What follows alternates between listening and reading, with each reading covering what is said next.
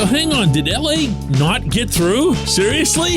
With 111 wins and $300 million in payroll? Oh, man. And wait. They're complaining that the system is unfair. Oh, man. What have I missed? Good morning to you. Good Wednesday morning. I'm Dejan Kovacevic of DK Pittsburgh Sports. This is Daily Shot of Pirates. It comes your way bright and early every weekday if you're into football and or hockey. I also offer daily shots of Steelers and Penguins where you found this.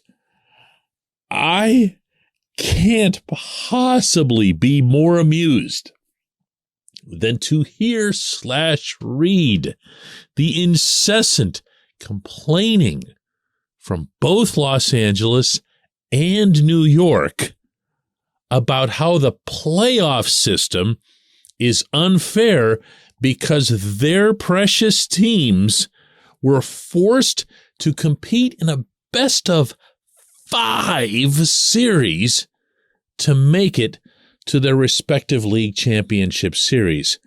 Only one, of course, having actually achieved that being the Yankees. The Dodgers and the Mets were both out early. Cue the violins. That's unbelievable. The degree to which this sport, and please understand that that's the problem, not the markets, not the behavior of the fans. It's the sport that's created this monstrous atmosphere in which a handful of teams feel entitled to everything.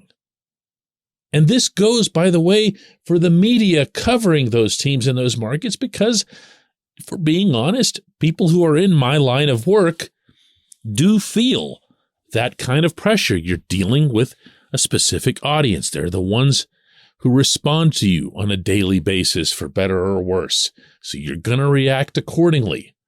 And boy, have they ever.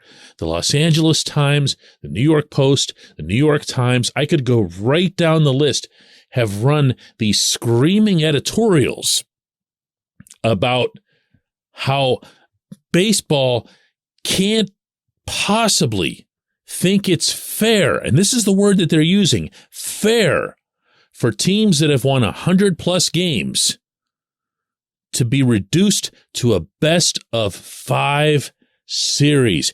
You know where I'm going with this subject. This portion of Daily Shot of Pirates is brought to you by our friends at North Shore Tavern, that's directly across Federal Street from PNC Park. It's home of Steak on a Stone, an eating experience, underscoring the word experience. The steak is brought to you partially cooked on an 800-degree stone, and you do the rest. It's a ton of fun, it's a great meal, and it's a baseball atmosphere like no other in Pittsburgh. North Shore Tavern, right across Federal Street from PNC Park. But before I get there with this subject, let me throw this out first. Your favorite club was involved in 3 consecutive best-of-1 series, including a series in which they won 98 games and faced a Chicago team that had won 97. So there were 2 teams that were really, really close to 100 wins who were forced to play 1 game at PNC Park to determine their entire season. How many of those same complainers in Los Angeles and in New York, meaning today, do you think had any issue with this at all? How many do you think were decrying the system? In fact, it was the exact opposite. The reaction was the exact opposite. Oh, well, that's what they deserve. I mean, they're the Pirates. They hardly ever make it to the playoffs. So this is just, I don't know, like initiation or hazing or something. Whatever the perception was, there was anything but an outcry. And when Neil Huntington became the first and last person at any level of the Pirates organization to complain about anything at all related to Major League Baseball's treatment of teams like the Pirates, it was met with stone silence. And I applauded Huntington for that at the time. We haven't heard its like before or since in this century.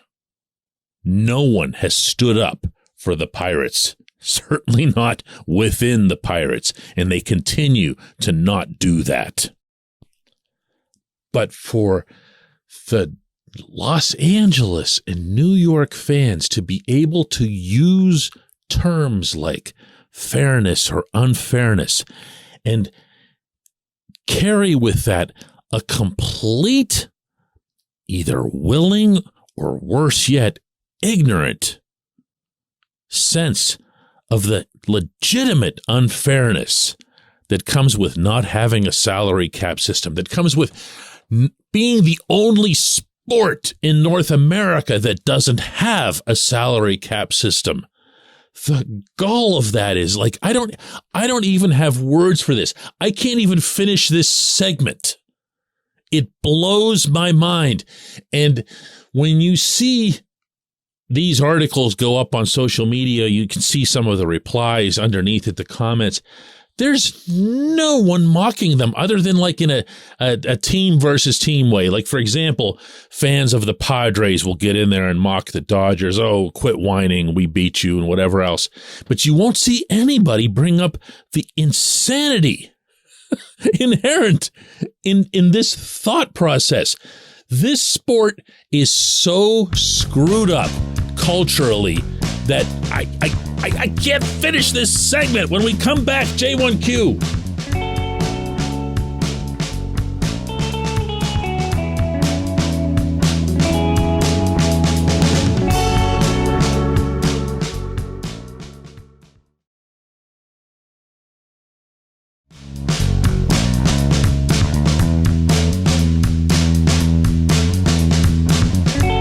J1Q comes from Greg Williams, who asks, DK, if the Pirates are just going to keep punting on seasons, then is Brian Reynolds really going to be here long term?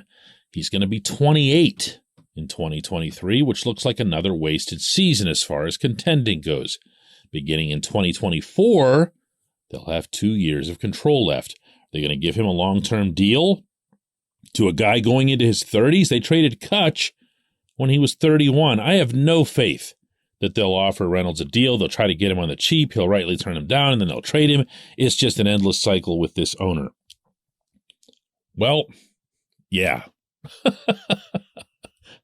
Hey, Greg, have you heard that they signed another waiver dude or claimed another waiver dude yesterday? Did you know that this is even now going to go on into the offseason? Please don't ask me who. I already forgot his name. I believe it was a catcher from Detroit, and they brought back Bo Salser at popular demand. That's what they're doing. And you're right. It goes to Bob Nutting. It goes to Bob Nutting. I'm here to tell you that it doesn't stop at Bob Nutting.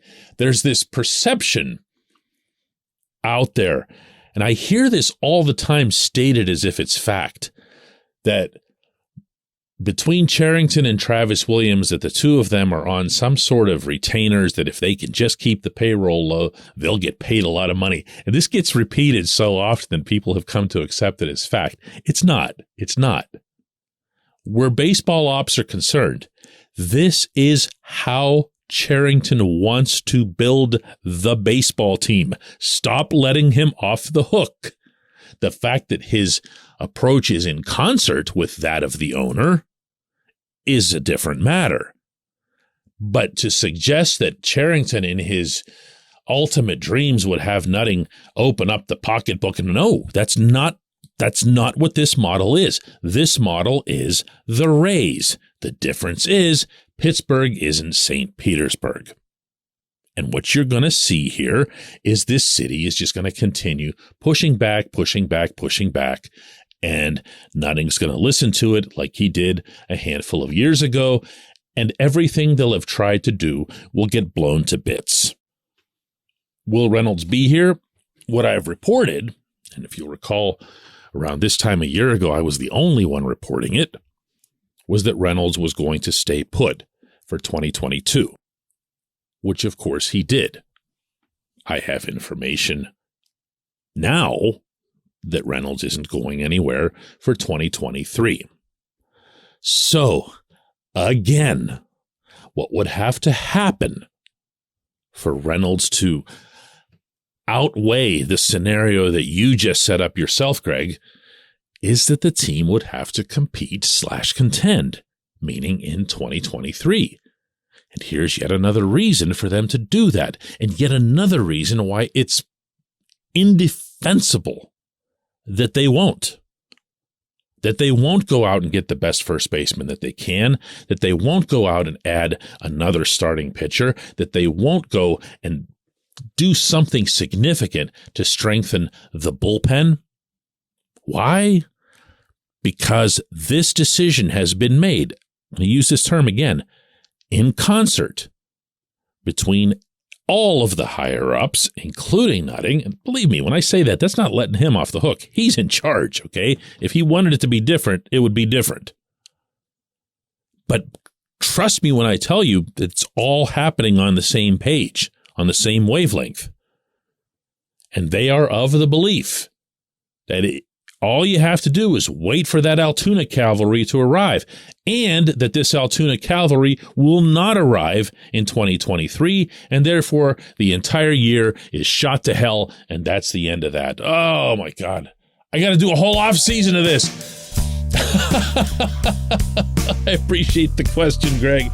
I appreciate everybody who presses play on this godforsaken program. We'll do another one tomorrow.